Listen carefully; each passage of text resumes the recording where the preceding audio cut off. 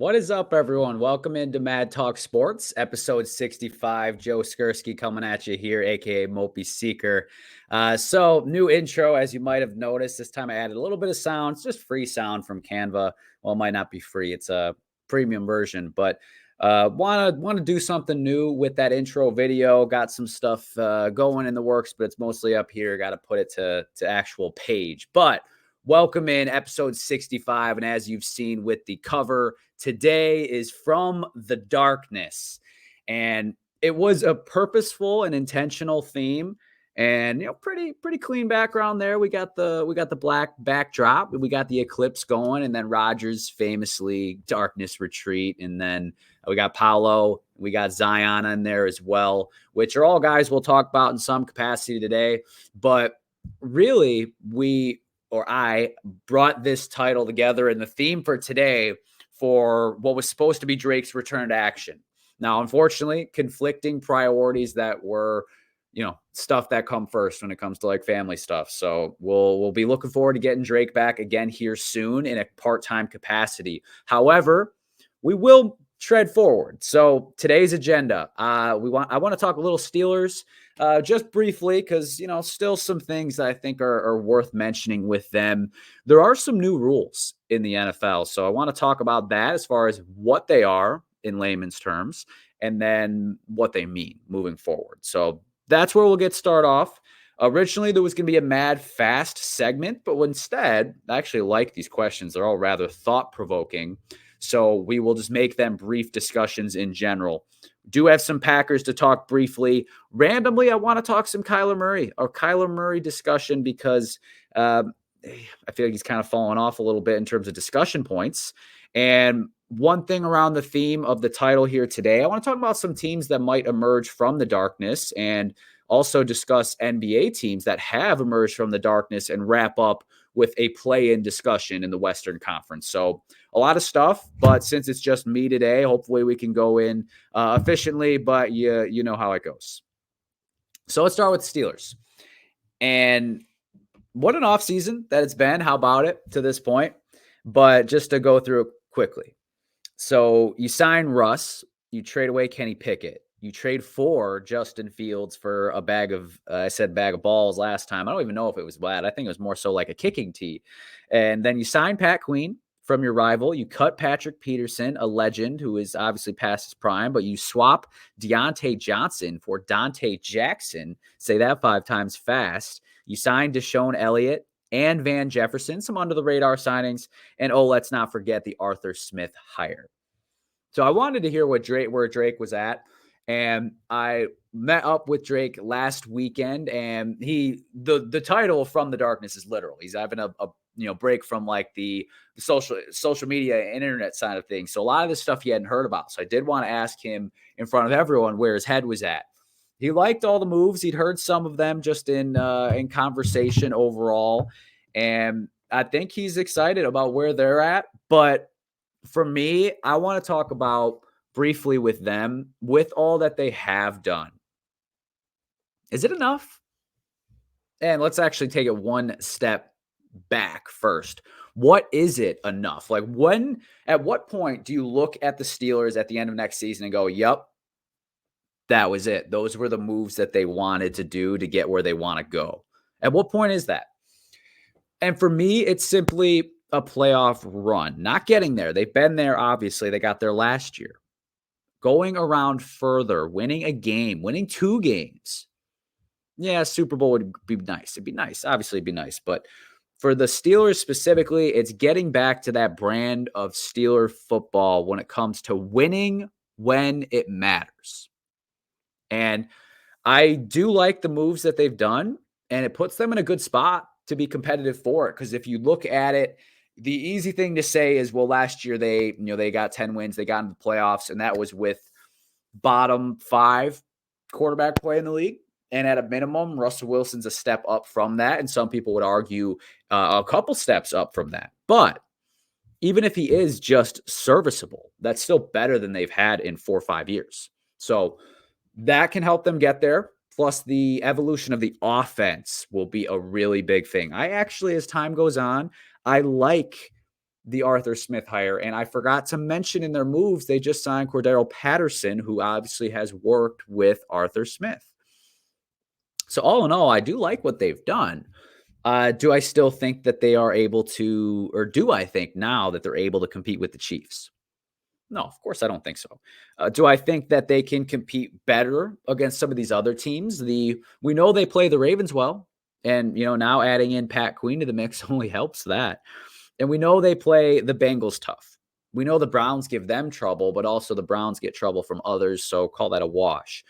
I'm curious to see how they would match up against teams like Buffalo, who has really had their number in recent years, I would say, or teams like Miami, who are obviously a lot more high powered on offense. So it's a tough conference, and I will talk about some more people in it later on as well. But all in all, it's a step up, and it sets them up to take that next step that they want. But what if they don't? What if the Steelers, after all those moves that I just went through, are 9-8 or 8-1, or God forbid, Mike Tomlin has his first losing season? What happens? Like, what does it mean? So it got me thinking. And obviously the first place you go where the buck stops, and that's Mike Tomlin. I am starting to think. Obviously, I've been very vocal on my support for him and my belief in him. But you go another year of same old, and you made some changes to where you can't fall back on the unproven OC. You can't fall back on that excuse. You can't fall back on unproven quarterback. You can't fall back on not having the right corners in place on defense, because now all of a sudden you got Dante Jackson and Joey Porter Jr., and you still have yet to add pieces through the draft. So all the excuses will be gone. I don't think I can defend him anymore if next year. Now, this is obviously a big if. This is all hypothetical. If next year the Steelers fail to take another step, this is their best chance. You will not have Russ on a $1 million contract ever again. You will not have any quarterback on that unless you are the 49ers with a quarterback drafted in the 7th round. This is a rare opportunity where you were able to spend your cash and push your chips where you wanted them and get a proven commodity at quarterback. So because of that, Mike Tomlin will have nowhere else to go. Not in terms of getting other jobs, but in terms of where he can look as to a reason why they're not where they want to be. Obviously, reason number one for a lot of teams, and Steelers fall on that too, is lack of elite quarterback play. You won't get to have that anymore, though, because you only get so much time.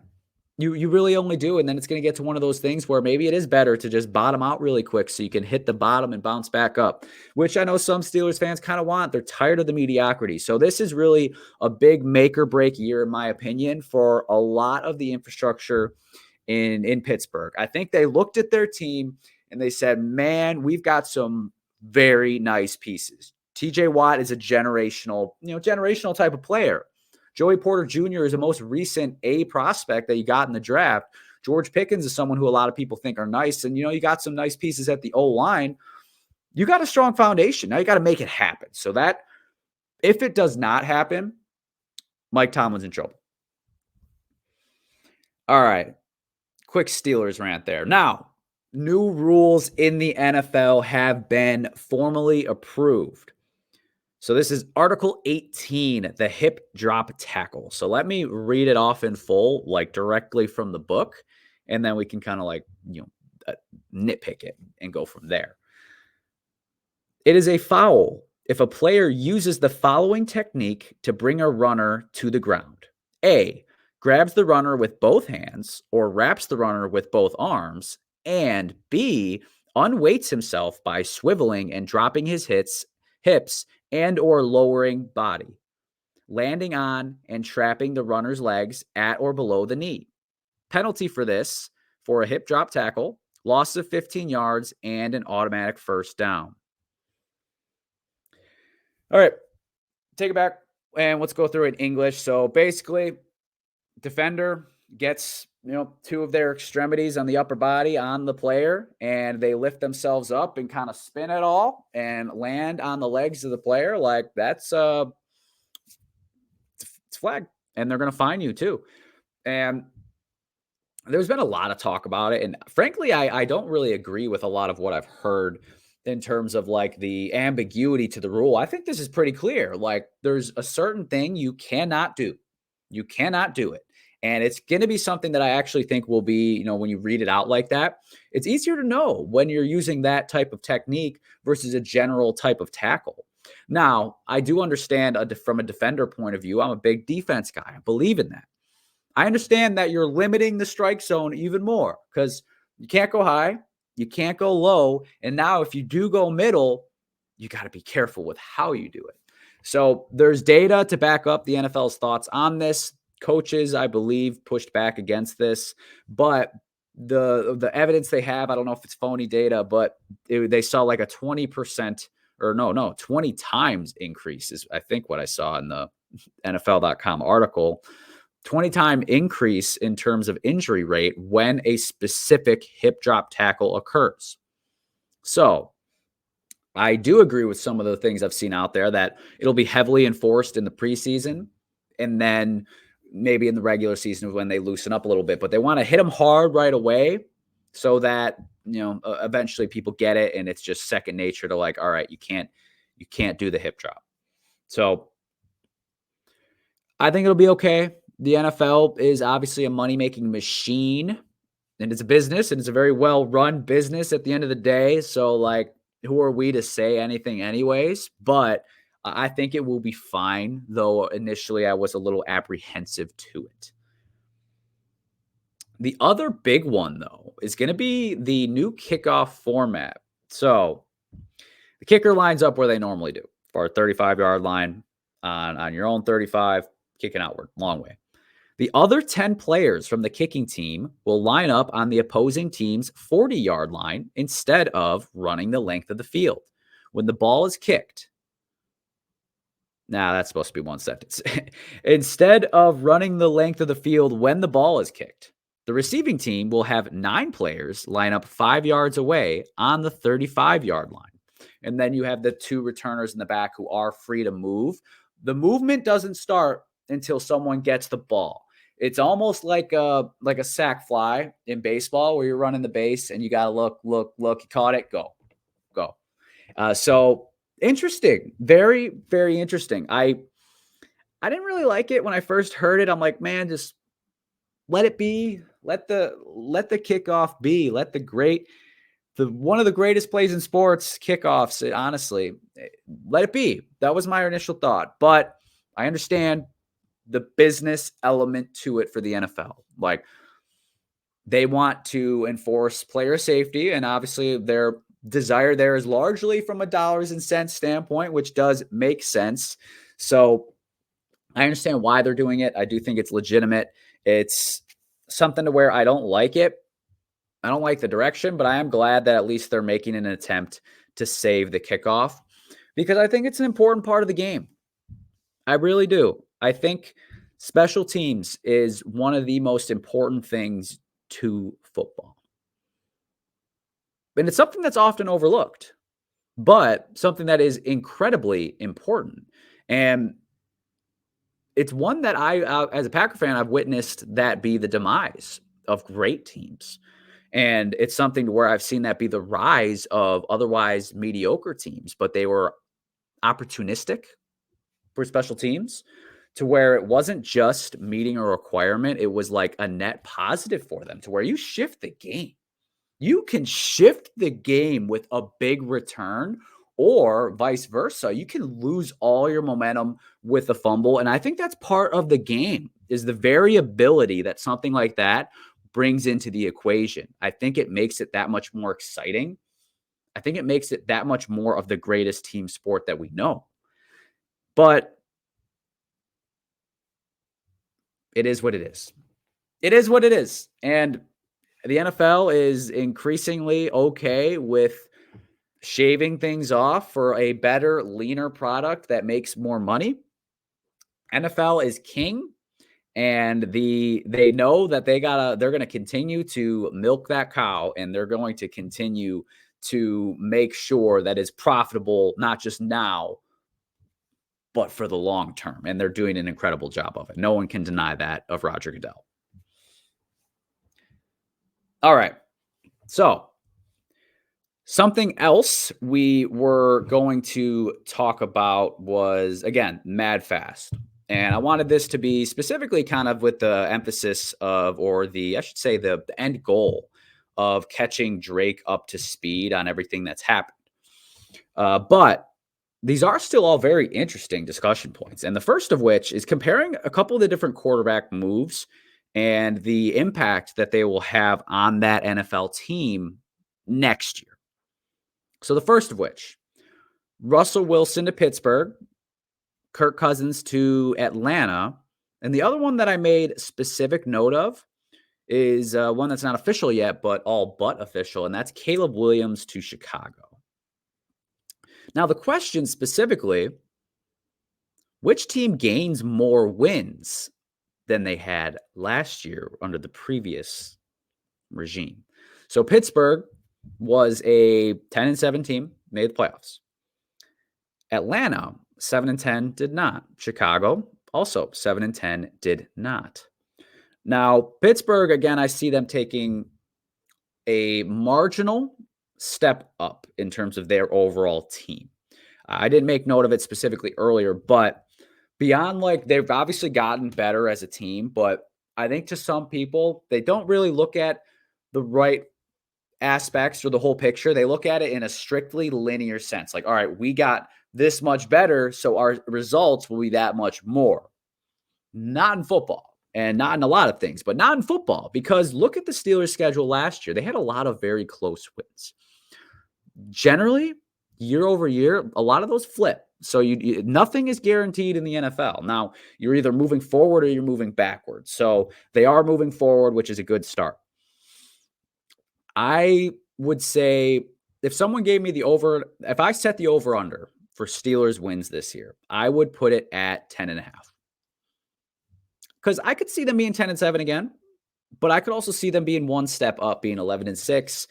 It's hard to picture them being like a 13-14 win team. So I only really see Russ equating to one more win for Pittsburgh. But obviously, when you're at that tier, one win is a lot. And that can be the difference between in the playoffs or out of the playoffs in the AFC. And in the North, that could be the difference between second place versus winning the division because of how clogged and how jungled it is. So I see one win for Russ. Now let's go to Kirk. I see 3. I see the Falcons going from a 7-win team to a 10-win team. Part of it's the improvement at quarterback, because I don't think you can say enough how much Desmond Ridder truly limited that team. It was pretty obvious early on, even last year with the Marcus Mariota experiment. It was pretty clear that these guys were in the QB wilderness. Kirk Cousins is what takes you out of that. That's why he's so enticing. Even with the injury, you know what he's going to give you.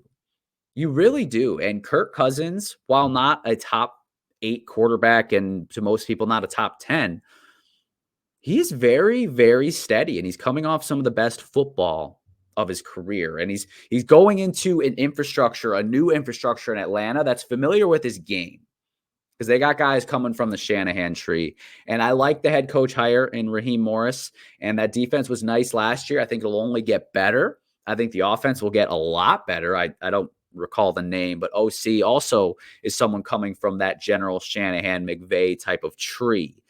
And I like what they got going there. And I think it's a soft division. You could say that looking at Tampa Bay and New Orleans and the Panthers, that's an enticing 4 or 5 wins right there. That's a great start, and it's the weaker conference. So I see 3 additional wins for the Falcons. I would probably put their over under at about 9.5 for win total, because there is still the chance that someone wins that division with a shit record. But I like where that team's at right now, and I think they still have room to improve with the remaining time on the calendar from the rest of the offseason. Now, lastly, this one's interesting, and that's Caleb Williams. So he's obviously by far, these other guys weren't either, but he's not the only addition the Bears made. Of course, they brought in Keenan Allen, big move. They brought in DeAndre Swift to stabilize that backfield. They brought in the center from Buffalo. And defensively, last year they brought in Sweat. So now they will have a full year of Sweat. They locked in Jalen Johnson. Like, they've got some nice pieces. They brought in Kevin Byard. Forgot about that one. So they made some big moves, but the biggest will be Caleb Williams because while I don't know if he's a top 10 guy or a generational talent or anything like that, I know that he is, from a talent standpoint at least, better than anything the Bears have seen in the Super Bowl era. All he has to do is be better than Jay Cutler, which, hey, respect to Smoking Jay is what a lot of Bears fans' first reactions might be. And yeah, Cutler was decent. I remember always being a big proponent of the talent that guy had. But Caleb Williams would be a potentially franchise-altering player for them.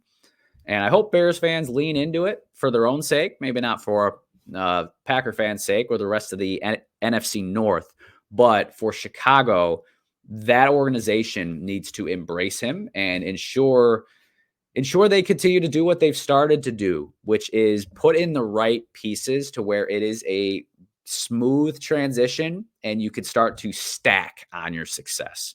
I see them being a potentially 9 to 10 win team next year. They have a soft schedule. They play, I want to say it's like 7 teams that are picking in the top 10. Crazy as that sounds. So they have a very good opportunity to improve as an organization. So I think they're right on the fringe with how many wins I would give to the Falcons to add on to last year. So very close between those two. I think Pittsburgh's marginally better. As far as other quarterback moves, I don't think they're going to have as significant of a impact on the organizations that they're going to. Now, the next one was going to be more likely to get traded first, T. Higgins or Stephon Diggs. So quickly on this one, I think it's going to be close because there seems to be a general lack of urgency to get these done. T. Higgins obviously wants more money, and he's seen how these the contracts that have happened. He's like, someone's going to pay me. But you could throw Ayuk in there. Whoa, I think Ayuk is the one who gets traded first. I really do. And it's something to where I think the Niners are starting to get put in a bind a little bit, which is, it's a good problem. It's a first world problem because when you draft so well and you got so many guys to pay, is you can't pay everybody and you got to let certain guys walk. And I think I don't see them having paid both Debo and Ayuk when you add on the fact that, yeah, you're paying McCaffrey. Currently, you're paying Kittle, though his time might be coming to an end. You're playing Bosa like market-setting money. You brought in Hargrave last year. Like, you can't pay everyone. And you're going to, Fred Warner is obviously an expensive piece too. Hufanga, if he comes back all healthy, he'll be due for a contract in the coming years. And then obviously Brock Purdy, if you think he's the guy, he's going to be coming due soon too. You can't keep everyone. Not in this business, not in a salary cap league. So he would be first. Now, for the other two, I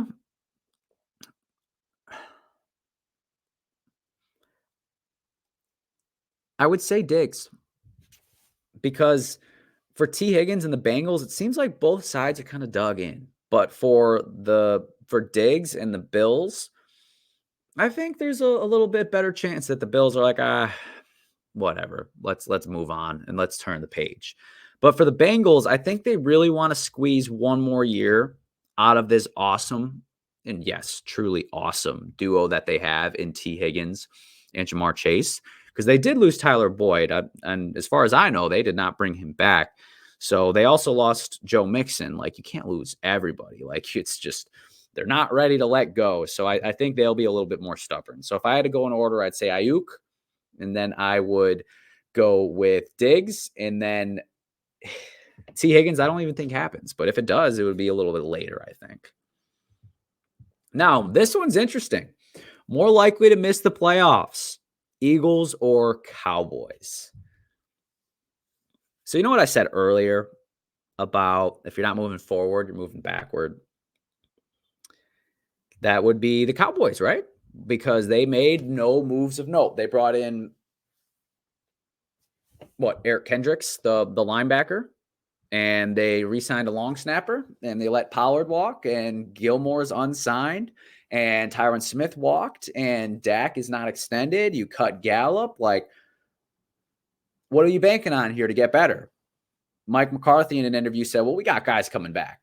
Yeah, you do. You've got Trayvon Diggs returning from injury. I'm not sure what other major guys that you guys were short last year, but I have major concerns about that Cowboys roster. Now, I made this point to Fur the other day of McCarthy's got to feel like he's back in Green Bay to where he's not spending money and he's got to get better through the draft, which is unfortunate for him. But they do still have some quality central players. I like the addition of Zimmer on the defensive staff, though I think when compared to Dan Quinn, like you'd say probably a wash, maybe a step back, and maybe some people argue a step up. But either way, I think you're about leveling even there. So they do draft well. But their O-line was really depleted because they also lost Biotish. Like Tyron Smith is one they actually could live with because of the injuries that he's had, and they've kind of built the succession plan in before. But for the other needs that they have, especially at the running back spot, like, yeah, you could solve that through the draft, but still no guarantee. And I think that they do need another receiver. I really do. And I think their defense needs another piece at linebacker. I think they need something to where they can be a little bit better against like those ground and pound type of teams, or even an interior lineman, I think would really be crucial to them. But the Eagles, it's not all sunshine and roses there either. Like, yeah, you brought in Gardner Johnson. Yeah, you got replacements at coordinator in Fangio and Kellen Moore, which I do like. And I think that stabilizes those spots a lot with guys that I think are quality coordinators for sure. And of course, the big ticket item is bringing in Saquon. I think I mentioned Gardner Johnson already. And, you lose Kelsey to retirement, which does obviously hurt. But if you're going from the best O-line in football to like, 7th or 8th or something like that, like you would live with that. And you do draft well as an organization. So I still like the Eagles. And I would say more likely to miss the playoffs is Cowboys. And we've got a lot of time before we have to start making these predictions. But I think the Cowboys might be in some real trouble. And I'm not the only one saying that. Obviously, they're a team that a lot of people talk about in the media in general. But it's really going to be hard because they have set a standard for at least regular season play in the McCarthy era. But we really shall see. If I had to say it today, I would say Eagles in, Cowboys out. And staying on the Saquon route, more likely to win the Super Bowl with their new team, Derrick Henry on the Ravens or Saquon Barkley on the Eagles. Ooh. So let's think about it. The Eagles, we went through all their moves. They were in the Super Bowl 2 years ago, and now they've got an elite electric running back. The Ravens were the 1 seed last year, and they were 7 points short of beating the eventual champs, who are now the 2-time defending champs. So I think that it's ultimately something where it's easy to argue either way. I'm going to go with the next year, at least, I would go with the Ravens. Because I do like Lamar better than I like Hurts. It's not that far off, but I like Lamar better. And between Henry and Saquon, relatively a wash.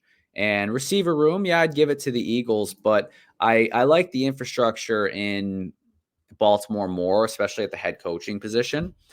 I feel better about the Eagles in sense of like getting a chance to get back to the Super Bowl. I just doubt like their ability to win it when they do get there. I think that's they might be one of those types of teams. So it's really, really close, and it will depend, of course, on who hits in the draft and who doesn't. But if I had to answer today, I'd say it's a little bit more likely to be Derrick Henry and the Ravens. Now, let's go receivers. And this question is better addition: Hollywood Brown to the Chiefs or Keenan Allen to the Bears? So they're good for different reasons.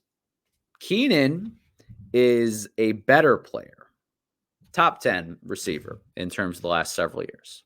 His whole career, really. He was very underrated early on, and then he started to get his praise, and then he's had one of his best seasons last year at the age of 33 or 32, whatever he is. And he's going to be a number 2 in Chicago, and that's crazy. I mean, maybe he's a 1B, or him and DJ Moore 1A 1B, and he'll be catching passes from Caleb Williams. They saw each other at the pro day. Like, that's a cool move. And then for the Chiefs, they get a speedster to take the top off the defense that they haven't had in 2 years, and they won the Super Bowl in those 2 years anyway. And now you give them someone to take the top off. Ridiculous.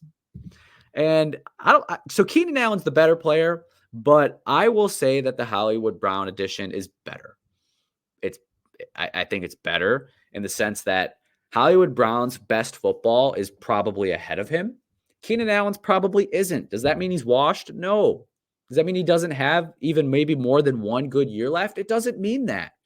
But his best football is behind him. Like, that's a simple fact. And maybe even stats-wise, Keenan ends up having a better statistical season, but the impact that Hollywood Brown can bring to an already dynastic type of team is a little scary. It's a little scary. All right, next question was going to be, who starts more games next year, Danny Dimes or Drew Lock?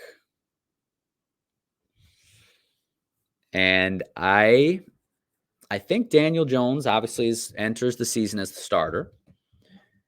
I think it's on the board that it's neither, and that they draft a QB and they start more games, because let's be real. I don't know if there's a team in the league that would trade their quarterback room and their quarterback situation for the Giants.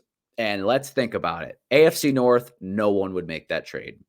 Not even the Vikings, who are right now slated to start Sam Darnold. I think I'd rather have Darnold than Daniel Jones. And even if I wouldn't, I'd rather be in a position to draft a QB and not be on the books for one for several years to come. Packers obviously set. Bears obviously about to draft one. Lions are fine. NFC South even. I would rather take anyone's QB room in that division.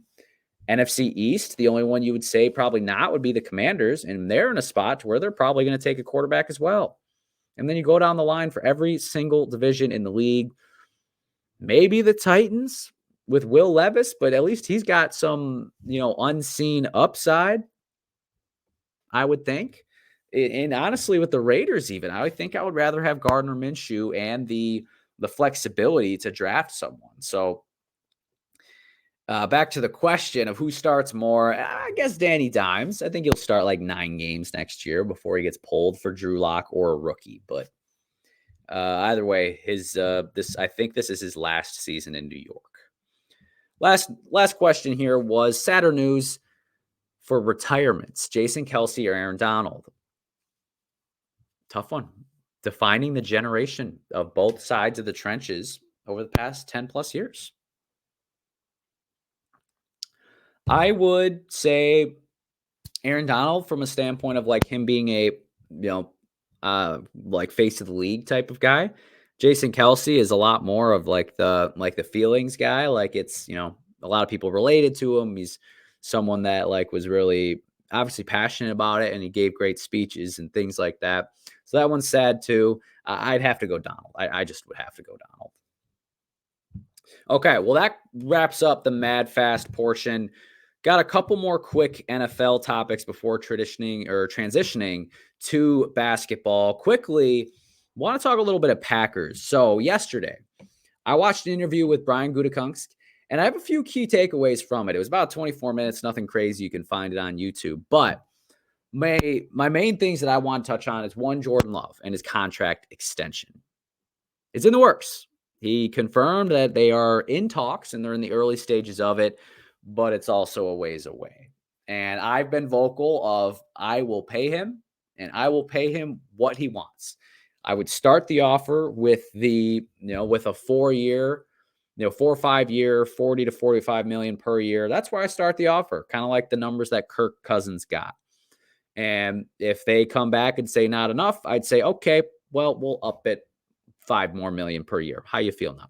And hopefully that's enough to get him around like that 50 number, because obviously it gets to be a little bit of rich for anyone else's taste in general, for anyone, well, unless you're paying Mahomes or Allen or Burrow or something like that. I personally would do what it takes to get him back. Or not necessarily just get him back. He's obviously back for the season, so they're not in dire straits. But I would do what needs to be done for him to be locked in over the long term. I'm convinced he's got what it takes to be the guy. And I've seen enough to where our future is on him anyway. Let's get it done now and build a winner from there. Build a winner from there, because the pieces are there. And I think it will happen. I think before the season begins, Jordan Love will have an extension. Probably, I think like June, July is when we might expect to see this. But I think it's something that's going to happen, especially by the way of how it sounds with Goody talking on that interview.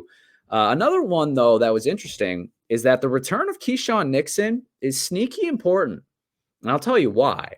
So, first of all, the increase of importance of having a good and steady nickelback in the NFL can't be overstated, because obviously it's a league that's transitioned to be a very pass heavy in how offenses play, and a lot of really talented quarterbacks and really talented receivers. So you transition to a lot more nickel package. That's almost base nowadays. And that was even the point that Goody hammered home, is that base is now a sub package. So yeah, it's cool the Packers switched to a 4-3, but it's only going to run it 20-25% of the time. Most of the time they're going to be in nickel and dime. And Keyshawn Nixon has had himself and made himself a sneaky good slot corner. He had a couple of really nice games last year, namely against the Chiefs, where he had a very critical interception, but also something to where you just watch him and he can cover. He can cover. And obviously he's a very special player as a returner. And I think with the new format, that'll be an interesting thing to have and a good thing to have. So I'm curious to see how that is. He tweeted out kind of like, about how excited he is for the, kind of mocking it in some degree, but how excited he is for the new format. I think Keyshawn has kind of established himself as a core guy and someone who still has his best football out in front of him. Now, I've said that twice, huh? That's football out in front of them. That's the other takeaway, is the Packers' business style for Brian Gutekunst and company is crystal clear. We want guys whose best football is out in front of them. Look at the big signings this year for the Packers. Josh Jacobs, you chose him over Aaron Jones. Aaron Jones is still in his prime. And I've even said it's probably an example of moving on 1 year too early versus 1 year too late. But also, Aaron Jones is coming off the best 5-6 game stretch of his career. That was his best football, and it's behind him. He still has good football in front of him, and I expect him at least once to make watching a Packer-Vikings game miserable. I've already come to terms with that is probably going to happen. And I do not blame him for going there, or I have no ill will towards anyone from that Packers era of Rodgers, Jones, and Devontae. Nothing. I have no ill will towards any of them for the way things happened. I think the decisions always led from the Packers side of the table because of that business mindset that they have. They decided this is Josh Jacobs' backfield now. Even bringing back A.J. Dillon, Goody said that they weren't expecting to. It was almost something that they lucked into with like the qualifying offer side of things.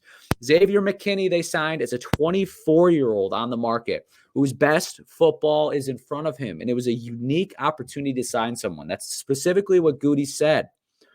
And Keyshawn Nixon, again, someone whose best football is ahead of him, even though he is a veteran. The Packers have a very business style. And it's part of why they have had sustained success over decades now. And it's part of why it's always going to be a little sad as Packer fans. We're always letting go of guys that are critical pieces. And Devondre Campbell, he's gone. His best football is behind him. He was an all-pro with the Packers, and the Packers only really want to bring in veterans if it's like short, cheap deals, and that's just something where they need somebody. And that's where some of the talk has been around the safety position. And I did hear Goody say that he feels like it's a pretty good class there. So that's interesting to say that. And, on the flip side, I know some people say it's underwhelming. So curious. In general, it's a defensive draft class that is considered a little bit lighter. But that was the really biggest thing that was evident in the Packers in their style. Quickly, Kyler Murray, this was mostly going to be for Drake because he's kind of in the dark right now. He's kind of been forgotten. And I think it's a little premature. Like, he might be a little bit immature, but he's a very talented quarterback. Very talented. And I kind of like the direction the Cardinals are going. Like, they're stockpiling resources, and it's almost kind of like a Thunder type of approach. So I actually like what they're doing, and I think he's a critical piece to that. I think he's someone who you're happy with, that being your franchise guy. I think people are a little bit have forgotten how good he can be. So I expect him to actually have a very big bounce back season. And the expectations for the Cardinals moving forward, last year it was like, oh, hey, you won 4 games and we didn't know if you'd win any, and you were competitive. Next year won't be that, but I could see them pushing 8-9 wins. I could see it. I kind of like what they got going there. And if they can hit on some of these core picks that they have, and they have the 4th pick this year, so we'll see if they compound that like last year into multiple picks, or if they take a Marvin Harrison, or if they take the top tackle or the top defensive player on the board. So they're in a unique spot, and I kind of like where they're going. And I think they should keep doing it. I think they should keep that upward trajectory in terms of like how they're running things even. And that was going to be the next thing here, was a draft from the darkness, where for this draft, we would select NFL teams that can emerge from the darkness. Darkness meaning losing record. And then next year ascend into the light, that being the NFL playoffs. So instead of a draft, I'll just go through the people that were on the board. So we talked some Bears earlier already, but they were 7-10 last year. And I think it is very likely that next year they are above 500 and that they are going 9-10 wins. And some people might say that's a conservative because they got the number 9 pick too, which, not everyone makes as much note of. They're a little light in middle rounds. I think they only have 4 picks overall. But a good point that like a Bears fan would bring up to you is, but that 4th rounder we could have had, we used that to get Keenan Allen instead. So that 2nd rounder we could have had, we used that to get Sweat. So you get the players nonetheless. So I do see Chicago taking a step up, and the franchise is actually heading in a good direction by all indications, as long as they can make sure that they have the coach right, that they don't screw up another quarterback. Atlanta, we already talked about 7-10 last year. 10-7 is very much on the board. It's very realistic as something that could happen. It really could. They're a team that would be really emerging from the darkness, and it's one of those types of teams to where that's big for them. That would be very big for them, even just to take that next step. Sneaky one, popular amongst some folks, completely in the dark for most. Washington, 4-13 last year, number 2 pick this year. Really curious to see who they pick at quarterback, but either way, they've gotten better. Eckler as a rental to pair with Brian Robinson, I like it. Biadish from the Cowboys. I know they paid other linemen. I forget the names, but the O-line upgrade was a big one and an important one to do when, it's a scarce commodity in the NFL today. I like those moves. I like Dan Quinn. I do. I think at the very least, he's a small, I should say, step up from Ron Rivera. And at the most, he can recapture some of that brief flash in the pan he had in Atlanta back in the day as a head coach. And I think he can get that defense to be what everyone always wanted it to be, with the spending all them high picks on defensive linemen and pass rushers and so on and so forth. I don't know if they're pushing playoffs, but they have an outside chance. I could see them doubling their wins and maybe beyond being a playoff contender. Arizona, same boat, 4-13. We already talked about it. They have a lot in place that I like. They do. And they're starting to make smart decisions. When they had Cliff Kingsbury in there, they weren't looking at things right. They were looking at themselves like we're a contender. We need to win right now. Let's sign JJ Watt. No. Let's trade for Hollywood Brown, even though we have DeAndre Hopkins and Christian Kirk at the time. Didn't work out. He's gone. Let's draft Rondale Moore high. We want another receiver, another playmaker for this air raid offense. Didn't work. And they obviously eventually had to move off of Hop. Now, all of a sudden, their receiving core is pretty light, but I think that's okay. And I think it's a good draft to go into like that, to where they can, scoop up some of those types of guys. And now they've got Dortch as a top option there. But I like the direction that the franchise is going overall. I think they're another team that has the potential to double their wins and get to be more of an 8-9 win team. Especially if, someone else in their division starts to fall off a little bit. But they're another team that I think could flirt with the light. Now the Jets, look at Aaron Rodgers front and center. Don't sleep on the Jets, man. Don't. I'm telling you right now, and a lot of people can easily question it and tear it down. Aaron Rodgers is 40, and he's coming off a torn Achilles, and he's running for VP and all this and all that, and the Jets are the Jets. I'm ready to put them into the playoffs next year. I really am. I like the additions that they've made, even though it only adds to their list of semi-available players with people that are injury prone, that being Mike Williams and Tyron Smith. And even Morgan Moses is one of the older tackles in the league. But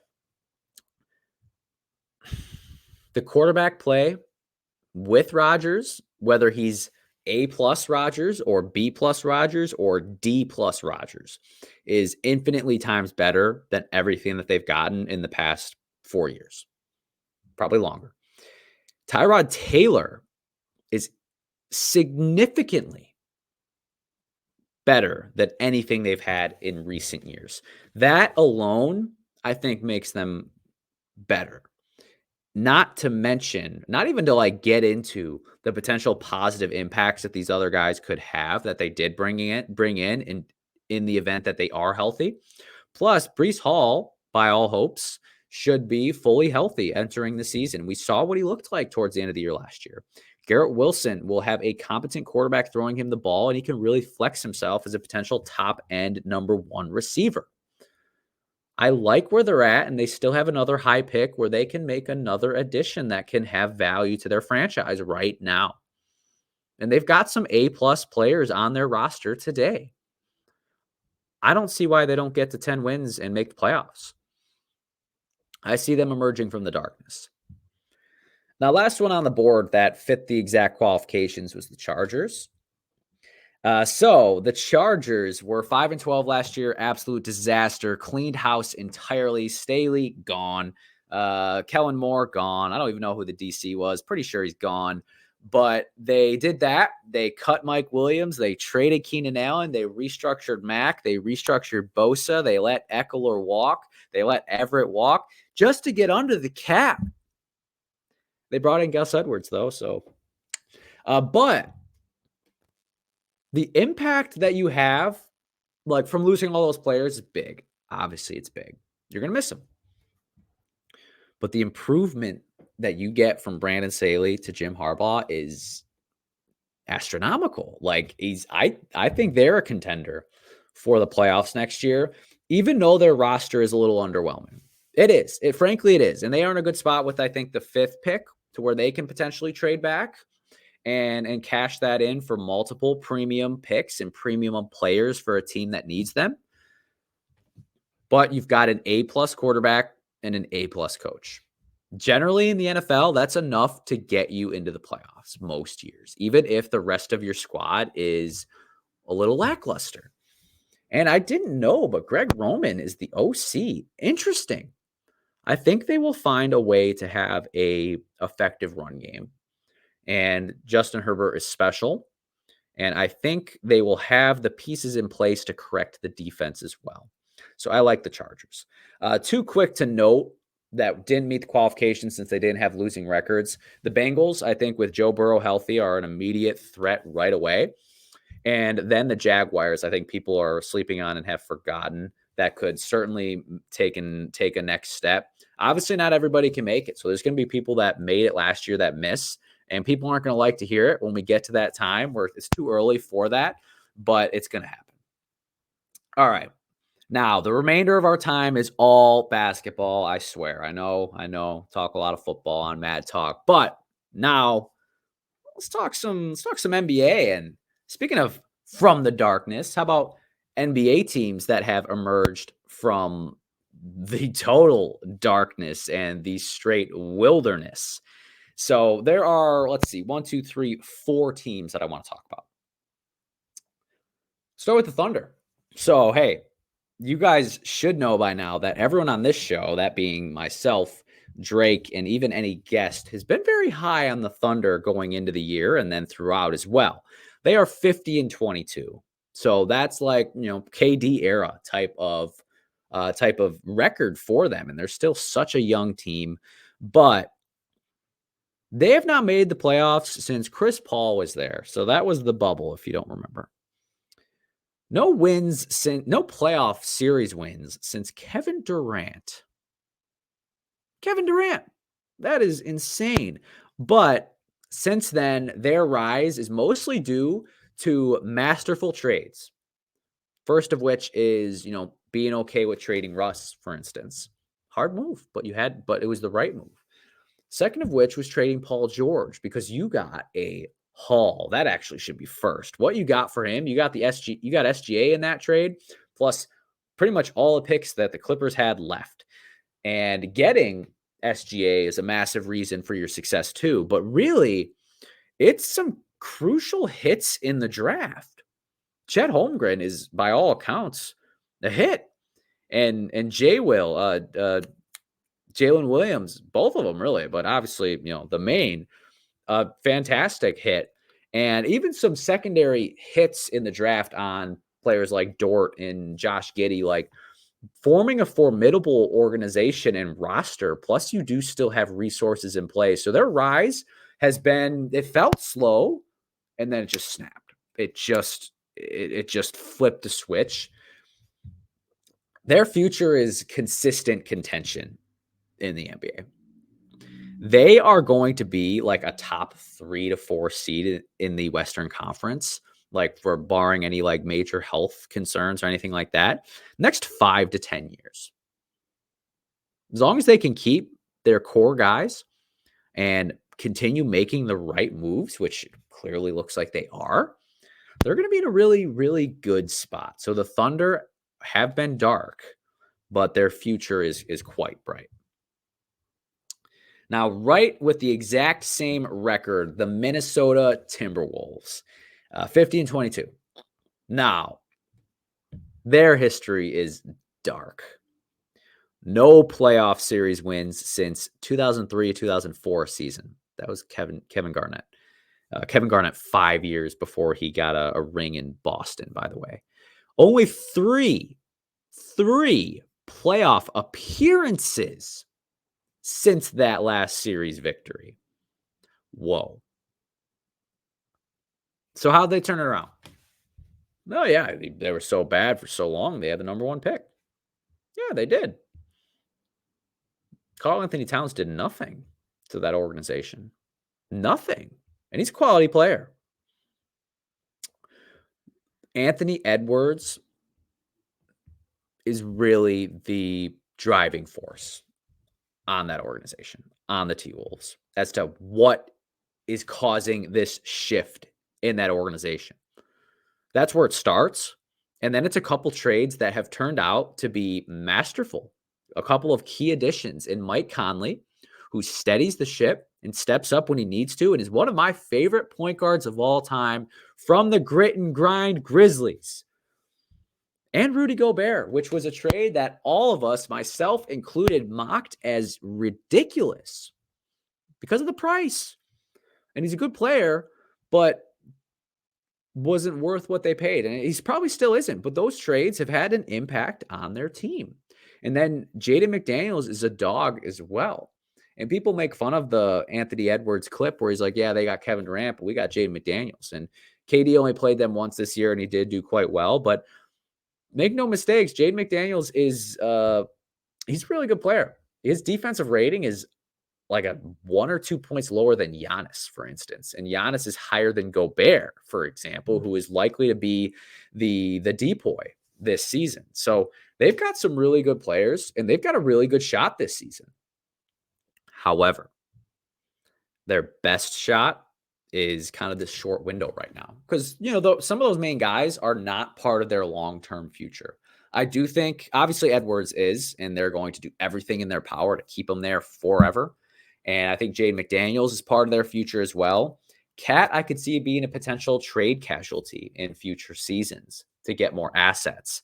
Conley's older, so his best basketball is behind him. And Rudy Gobert is even a little bit getting to be up in age as well. So I think his best basketball might be behind him too. So it's not like it's their only shot, but I think they have a great shot right now. And then they will need to recalibrate after this year. They'll probably run it back one more time based on contracts that are up. They're pretty okay this year. So this year and next year is really going to be like that first window. And then it'll be, all right, what can we pivot to? And we'll see if they can do that. We will see. Any blind squirrel can find a nut and draft a franchise-altering player, but not everyone can capitalize on it and actually translate that into a championship. Now, the only Eastern Conference team that I list is the Orlando Magic, pleasantly having a 42-30 season. So for them, they have no playoff appearances since the bubble, which was not a good one for them. They lost to the Bucks, and that was back when they had Vucevic, who's now on the Bulls and has been for almost now what it feels like 3-4 seasons. So that was the last time they made it, but they haven't won since Dwight Howard was there. Starting to see a theme here. Yeah, so it's been that was 2008, by the way, before he went to the Lakers. Orlando's been in a really bad spot for some time. They even brought on Bucks former GM John Horst because they thought maybe it would entice Giannis in the future. Yeah, that didn't work. But similar to some of these other guys, like you hit on your picks with Franz Wagner specifically and Paolo, who's one of our cover athletes today.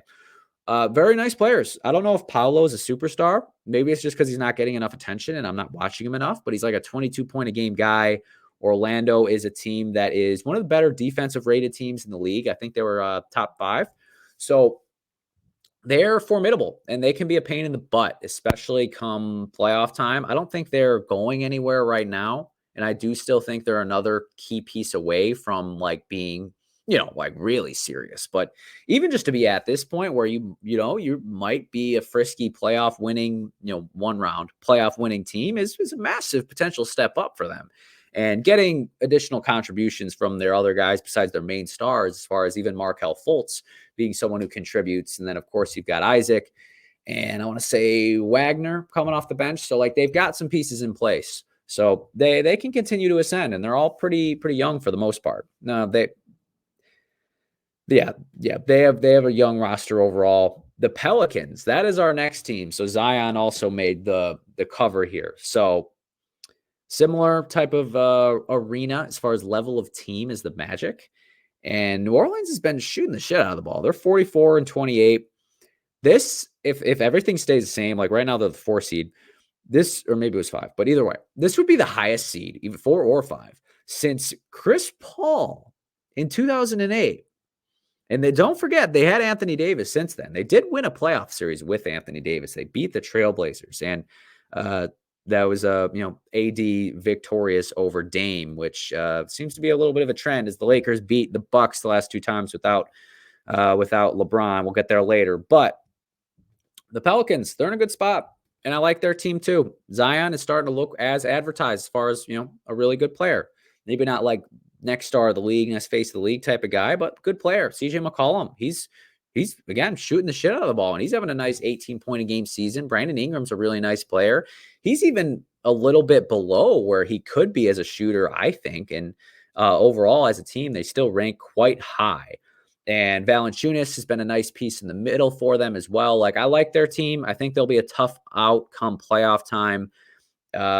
Future-wise, they really need someone to take another step up. Otherwise, they're kind of stuck where they're at in terms of like middle of the pecking order in the West. So the future's not bright as far as like, hey, we're about to win it all, but it's also not dim. And they're at a good spot to where they can pivot and all of a sudden be the front runners. Now, last thing quickly on this point before transitioning to our last topic, what do all of these teams have in common? I noticed this as I was writing them down. It wasn't even my intention to make this a take. OKC, Minnesota, Orlando, New Orleans, all have had a long track record of struggling postseason wise, or even getting there, since their last key star had left. What else do they have in common? Small market teams. Small market teams have really one path to success historically in the NBA, and that's draft a generational superstar, put things together around them for a little stretch, hold on as long as you can, and when you lose them, you better pray you find another one soon, because all these teams have been in the darkness for years.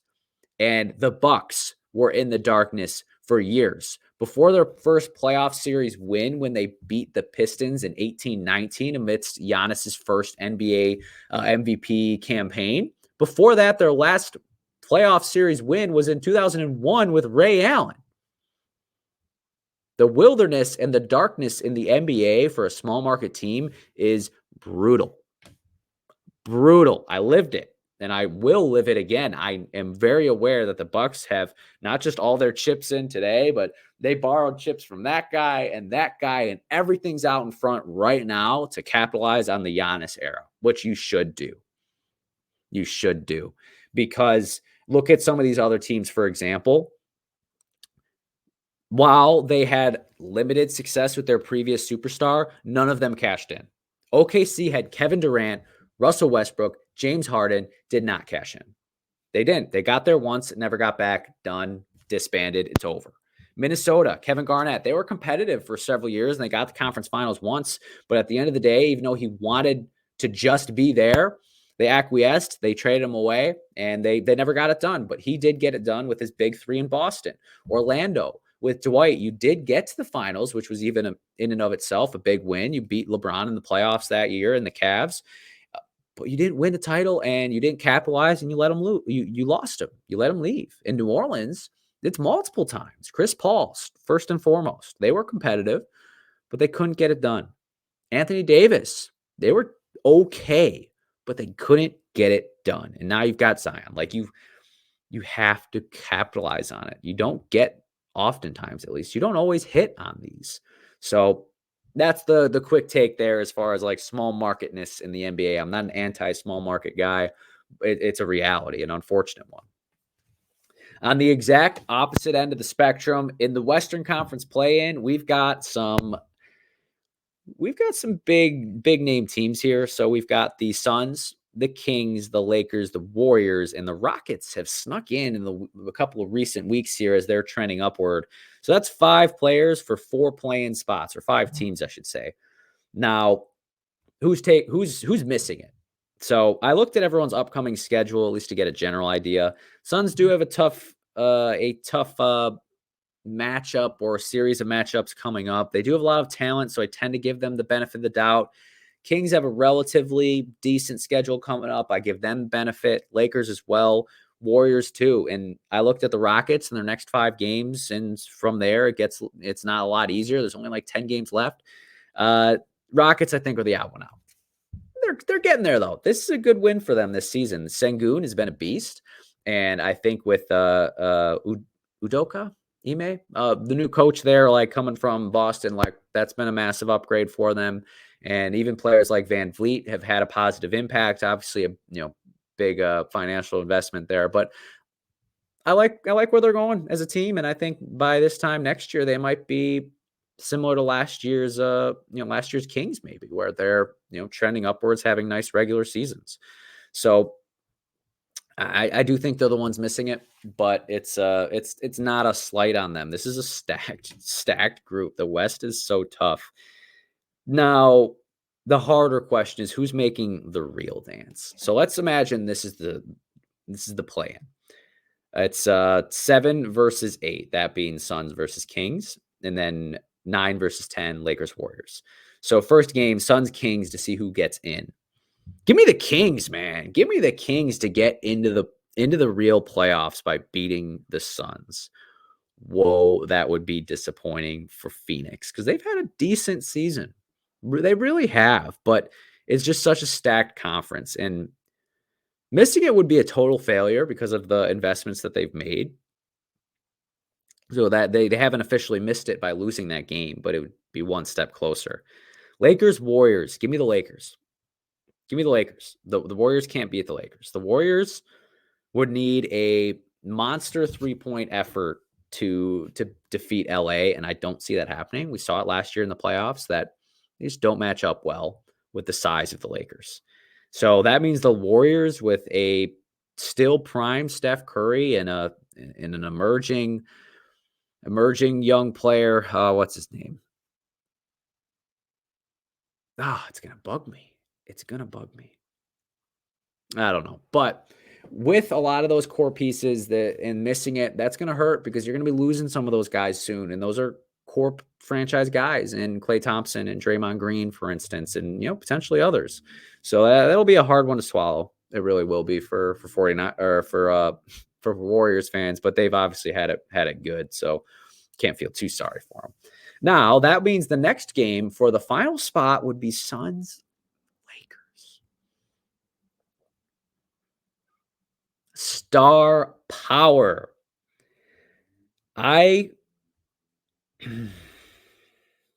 If it came down to these two, I think I would lead the Suns if it came down to these two, which it feels odd because I don't believe in them anymore. And I actually kind of like the Lakers, the way they've been playing and the way they kind of played at the end of the season last year. It reminds me of that to some degree.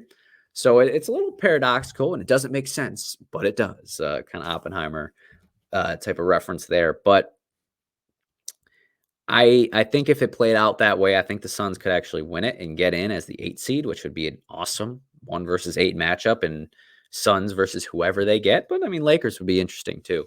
But even though I think that in that scenario, a 9-seeded Lakers team misses out on the playoffs, I think they're the most dangerous team to go on a run when it comes to beating the Nuggets. And that's a point that's been made, is that they match up pretty decent against them.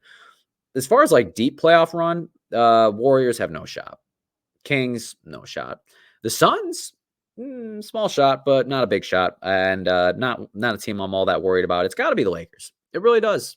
They're the only one, weirdly enough, that you can trust right now, which is odd again because the Warriors have won more recently than them, and the Kings are a young team. No one really believes in the Kings all that much, and the Suns have a recent track record of at least winning a series every year. But I think the most dangerous is the Lakers. Now, who is the most to lose? So the Rockets wouldn't lose anything by not making anything. No one had any expectations. The Warriors would, lose their last year of the big three and have it go out with a whimper. The Lakers would lose one of the last prime years, he's not in his prime, but one of the last really good years of LeBron, and they would waste a healthy AD year and just another year without meeting expectations. The Kings, they would just lose all credibility for what they do have left, is that no one would take them seriously next year, even if they won 60 games. And the Suns would lose their minds. They'd lose their minds because, again, look at what they've done. They went all in to build this lean, mean roster of superstars who all need the ball and who all can shoot the shit out of it. And that'll translate to W's and maybe give you a chance at a championship. Well, if you miss the playoffs or lose in the play-in or get swept in the first round, not a big difference either way, but it's going to be a hard pill to swallow, and it'll just be really hard to get over as a Suns fan, because they're recently emerged from the darkness a couple of years ago with the Monty Williams and Devin Booker, the beginning of that era, and then Chris Paul really being the one to take them over the hump to like post-bubble. And they did get to the final, so kudos to them. But they had been in a really rough stretch for a long time as well. So that would be really brutal for them to actually miss the plan. Okay, well, that's a wrap on episode 65 From the Darkness. It was woven into the episode as a whole today. And as always, thanks for tuning in, and make sure to give us a like and a follow, whatever way you find us. So if that's YouTube, if that is Spotify or Instagram, we appreciate your time as always. And we will see you next week for episode 66. Maybe you have to have a Star Wars theme.